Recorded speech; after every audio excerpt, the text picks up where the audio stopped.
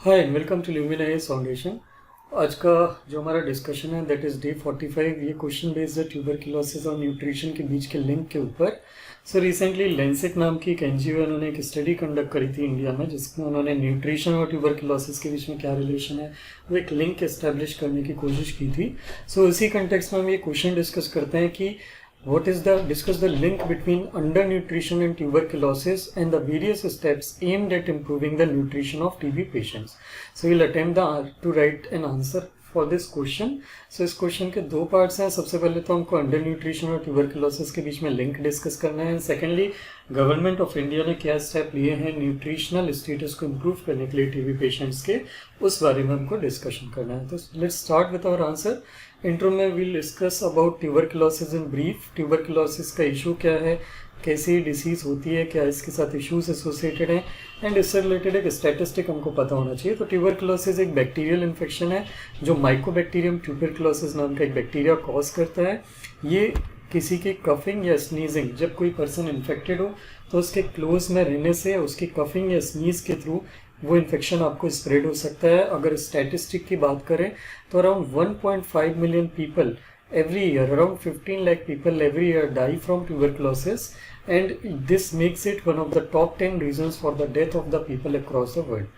So इस context में tuberculosis is a very dangerous disease, and इस context में tuberculosis और nutrition का जो relation है that is also a very complex relation to understand, but what we need to understand is कि proper nutrition tuberculosis को न सिर्फ prevent करने में help करता है but also to treat the tuberculosis. So इसी कंटेक्स्ट में डिस्कस करते हैं। सबसे पहले इंट्रो पार्ट में भी discussed about the disease that is tuberculosis and उससे रिलेटेड स्टैटिस्टिक। प्रीवेलेंस में अगर हम एक ब्रीफ में वन लाइनर अगर सिम्टम एंड ट्रांसमिशन भी लिख पाएँ तो this gives a very good representation of our answer to our answer. तो हम वहाँ पे ब्रीफ में वन लाइन लिख सकते हैं कि जो सिम्टम्स इसमें देखने के लिए मिलते हैं that is coughing, weight loss, weakness and fever. These are the four main symptoms associated with tuberculosis. Transmission की बात करें तो ट्यूबरकुलोसिस एयर के थ्रू स्प्रेड होता है। जब किसी इन्फेक्टेड पर्सन की स्नीज या फिर ड्रॉपलेट्स उसकी बॉडी से निकले हैं वो थ्रू एयर दूसरे बॉडी या दूसरे पर्सन को इन्फेक्ट कर दें थ्रू क्लोज कॉन्टैक्ट। सो ये इसकी प्रीवेलेंस है। इस कंटेक्स्ट में इसकी इंपॉर्टेंस क्या है, ट्यूबरकुलोसिस के कंटेक्स्ट में न्यूट्रिशन की इंपॉर्टेंस क्या है। सबसे पहले तो प्रॉपर न्यूट्रिशन जो है ये ट्रीटमेंट के आउटकम जो है उसको इम्प्रूव करने में हेल्प करता है। दूसरे न्यूट्रिशनल चैलेंजेस जो हैं टीबी पेशेंट्स जो वो फेस करते हैं वो क्या चैलेंजेस हैं। टीबी जो है ऑफन मोस्ट कॉमनली टीबी जो है ये पुअर को मेल न्यूट्रिशन कॉज करता है, क्योंकि जब टीबी होता है किसी पर्सन को तो उसकी भूख कम हो जाती है, उसकी एपेटाइट गिर जाती है, उसके गैस्ट्रोइंटेस्टाइनल सिम्टम्स, बहुत हैवी डोजेज ऑफ मेडिसिन खाने के कारण उसका जो इंटेस्टाइनल सिस्टम और जो डाइजेस्टिव सिस्टम है वो बहुत ज़्यादा नेगेटिवली अफेक्ट होता है और न्यूट्रिएंट्स का एब्जॉर्प्शन जो है वो बहुत ज़्यादा रिड्यूस हो जाता है। अब पहले उसको टीबी हुआ, टीबी होने के बाद अब उसको न्यूट्रिशनल प्रॉपर एब्जॉर्प्शन नहीं हो रहा है, गैस्ट्रोइंटेस्टाइनल सिम्टम्स आ रहे हैं, उसकी भूख प्रॉपर नहीं आ रही है, तो उसकी हेल्थ और ज़्यादा गिरने लगती है। मतलब टीबी की इन्फेक्शन से तो हेल्थ गिर ही रही थी, बट उसके साथ साथ में जब न्यूट्रिशन भी पुअर होने लगता है तो उसका मेल न्यूट्रिशन के कारण उसकी बॉडी का वेट फॉल होने लगता है और उसका इम्यून सिस्टम बहुत ज़्यादा वीक होने लगता है। और एक बार इम्यून सिस्टम वीक होने लगता है तो टीबी बॉडी को और ज़्यादा कैप्चर करने लगती है और ज़्यादा इफेक्ट करने लगती है। सो इसी कंटेक्स्ट में अगर हम न्यूट्रिशनल चैलेंजेस जो हैं अगर हम उनको टैकल कर लें न्यूट्रिशनल इंटरवेंशंस के थ्रू, हम उनको न्यूट्रिशन का मैनेजमेंट करें, डाइटरी सप्लीमेंट्स प्रोवाइड कराएं अगर हम उनको, तो उनकी हेल्थ के स्टेटिस्टिक इम्प्रूव हो सकते हैं और टीबी जो है जल्दी ठीक होने में उनको हेल्प मिलेगी। कौन से डाइटरी सप्लीमेंट्स हैं जो टीबी को क्योर करने में जल्दी हेल्प करते हैं, इसका भी अभी हम डिस्कस करेंगे। But before that I will discuss this point in detail कि अंडर न्यूट्रिशन एंड ट्यूबरकुलोसिस का क्या कनेक्शन है। The biggest way by which TB और under nutrition helps to spread या helps to increase the incidence या intensity of TB in a patient is the weakening of immune system। जितना ज़्यादा immune system under nutrition और mail nutrition के कारण week होता जाता है उतने ही ज़्यादा लोग ट्यूबरकुलोसिस के लिए फॉल होने लगते हैं और ट्यूबरकुलोसिस जो है वो कफिंग और स्नीजिंग उनके सिम्टम बढ़ते जाते हैं, उनके वेट और एपेटाइट और ज़्यादा गिरता जाता है इम्यूनिटी कम होने के कारण, और ये और ज़्यादा अंडर न्यूट्रिशन मतलब this turns in a cyclical form. तो पहले आपको इन्फेक्शन हुआ, फिर आपका वेट लॉस हुआ, फिर आपकी एपेटाइट का लॉस हुआ, मतलब आपकी भूख कम हुई, उससे आपका और ज़्यादा मेल न्यूट्रिशन हुआ, उससे आपकी इम्यूनिटी और वीक हुई, और इम्यूनिटी वीक होने से आपको इन्फेक्शन और ज़्यादा बढ़ता जाएगा, और ये cycle it will keep on continuing until आप इतने वीक ना हो जाए कि टीबी आपको कैप्चर करके आपको फेटल भी कॉज हो सके, मतलब आपकी डेथ भी कॉज कर सकता है। यही चीज़ लैंसेट की एक स्टडी में आई थी। Lancet is an international health care organisation जो हेल्थ से related study and research conduct करती है।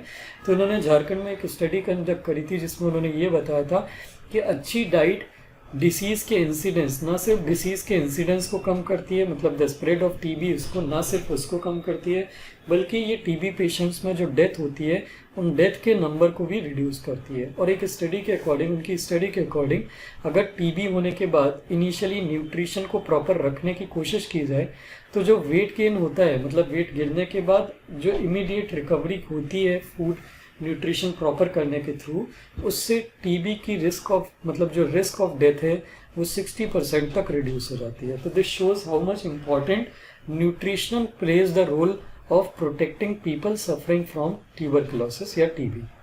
इसी कंटेक्स्ट में गवर्नमेंट ऑफ इंडिया ने एक स्कीम लॉन्च करी थी। Before we discuss about this scheme, हम ये देख लेते हैं डाइटरी सप्लीमेंट्स कौन से हैं जो टीबी के कंटेक्स्ट में इंपॉर्टेंट होते हैं। The first is the probiotics. Probiotics generally वो मेडिसिन या कैप्सूल होती हैं जिनमें कुछ यूजफुल बैक्टीरियाज होते हैं जो हमारे इंटेस्टाइन को जाके उनमें इंटेस्टाइन की हेल्थ को अच्छा करते हैं और उसमें फूड एब्जॉर्प्शन को इंक्रीज करने में हेल्प करते हैं।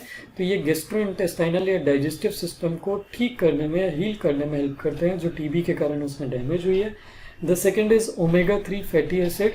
ये omega 3 fatty acids anti inflammatory properties carry करते हैं। ये जो लंग्स में टीबी के इन्फेक्शन के कारण जो भी नेगेटिव इफेक्ट हो रहे हैं, जिसके कारण लंग्स की कैपेसिटी रिड्यूस हो रही है, लंग्स जो हैं वो हार्ड हो रहे हैं, उससे डील करने में हेल्प करता है और उसको लंग को हेल्दी रखने में हेल्प करता है।